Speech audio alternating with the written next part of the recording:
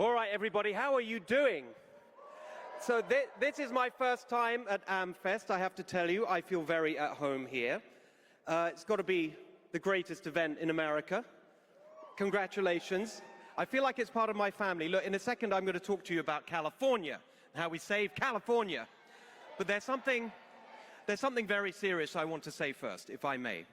We are witnessing the unfolding of the most enormous political scandal in American history, as we are seeing the revelations this week of the scale of the cover-up of Joe Biden's incapacity, his mental and physical incapacity. Many of us have been talking about this for years, from day one.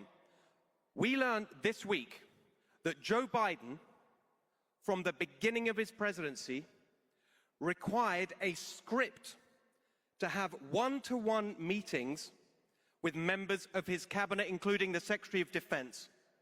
Now, before we moved here 12 years ago with my family, I worked in 10 Downing Street, senior advisor to a Conservative Prime Minister. The idea that the leader of a country would require a script to have a one-to-one meeting with his cabinet colleagues is unfathomable. It is unacceptable. We must not accept it. We must demand and insist upon a full investigation and accountability for every single person who enabled this, who lied about it, who covered it up, starting with Kamala Harris.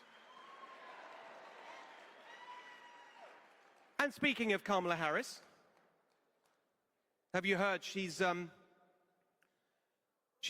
telling people that she doesn't want her last act in public life to be certifying Donald Trump's election victory. I don't know, it sounds pretty good to me. And she's hinting that she may want to run for governor of California in 2026. So, I don't know. I'm kind of excited about that. I'd say bring it on and let's beat her again.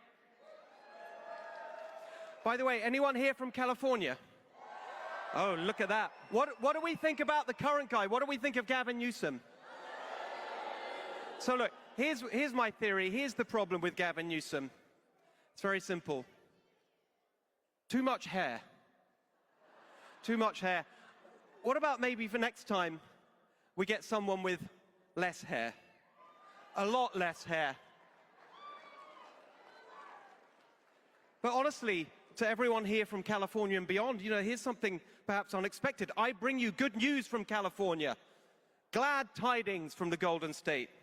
Look what just happened in our elections in California. Donald Trump got more votes in California than any Republican presidential candidate in history. In San Francisco, Donald Trump got a higher share of the vote than any Republican presidential candidate for 3 decades. Across the state, Californians voted for our ideas. Proposition 36, we voted to make crime illegal again. But it wasn't just crime. On tax, the left tried to introduce a ballot initiative to raise taxes. It was defeated. To raise the minimum wage, it was defeated. To impose rent control, defeated. In Oakland, collapsing into crime and squalor, the far-left district attorney, gone. The mayor of San Francisco, gone. In Los Angeles, the poster child for the far left, George Soros-backed lunacy on crime, George Gascon, gone. So many of you may have seen me on Fox News with the show I used to host, The Next Revolution. I'm telling you, the next revolution will be the California Revolution, and it is on. Now, speaking of revolutions, nearly 70 years ago, there was a revolution in a small country in Eastern Europe called Hungary. The people there stood up against a brutal communist regime, bravely stood up. And the Soviet Union sent in its tanks and crushed it.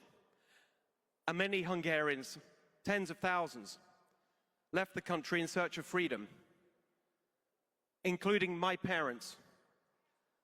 And so I had the great privilege, while the rest of my family was trapped behind the Iron Curtain, of being born and raised in a country, the UK, where freedom flourished. But now, when we moved here in 2012 with my family, I feel that my journey towards freedom is finally complete. The home of freedom here in America.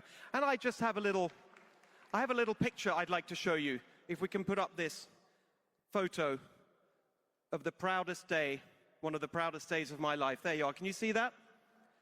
That was the day that I became an American. But do you notice something about that photo? The bloody mask. The masks. And so that photo is a permanent reminder that we must permanently fight for freedom. And there's another thing I want to tell you about that. I was right there in that fight. Some of you may have seen right in the early days of the pandemic, fighting against the nonsense, against the lockdowns, before anyone else on Fox, before most people anywhere. And guess who was with me that first night when I said, this has got to go. These authoritarian lockdowns, all these COVID rules got to go. Guess who was with me on my show that night? Charlie Kirk. Exactly. Charlie Kirk stood with me then, and I have been incredibly proud to stand with Charlie ever since. What an amazing American hero to have built this organization, and all of you for supporting him. Thank you so very much. And so I just want to say, what else inspires me about Charlie? The fact that he's built this. And he doesn't just talk about things that are wrong. He gets out there and fixes it, just like all of you. We are in the fight. And I can tell you, I am now in the fight to save California. I started an organization called Golden Together, which is laying out a roadmap for how we reverse the ruin of America's worst-run state. And we don't need to convince anyone about that. There's a simple way of remembering it. You pick any issue. California is basically top of every list that you want to be the bottom of, and bottom of every list that you want to be the top of. We have the highest rate of poverty in the country. They gave us the highest unemployment, the lowest income growth, the highest taxes, the highest housing cost, the lowest home ownership, the worst business climate 10 years in a row. It has been a total failure on every front. And here's the truth about that. People have had enough. We are going to turn this around, because this far-left experiment has gone too far. And you may say, why should I care about that? Why should I care what goes on in California if you're not from California? There are two reasons. Here's the first. What happens in California doesn't stay in California. This far-left experiment, I sometimes think of it as the Wuhan lab of far-left extremism. They've been cooking up this virus, and they've sent it out. And it's not just California. The extremism on climate and race and gender, it all started in California. We need to beat it in California, and we will. But here's a more positive reason. Whether you're from California or not, as Americans, in a way, we are all Californians. Because California means to America what America means to the world. The very best of America. That's what California should be.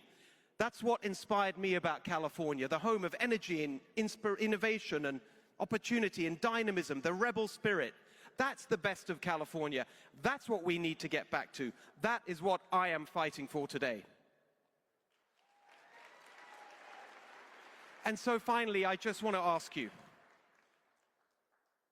are we really going to stand by while America's most beautiful, biggest state is destroyed by these far-left extremists? Are we just going to stand by and let that happen? Are we going to let the Trump revolution, the turning point revolution, stop at the California border? No, no, no, we are not going to let that happen. So I'm here to tell you, we won a great victory in 2024. We saved America. You saved America. In 2026, we're going to save California. So I need you to stand with me and fight for California. We will save California. We will make the California dream a reality for everyone and make this beautiful state that means so much to America truly golden together. Thank you very much, everybody. Thank you.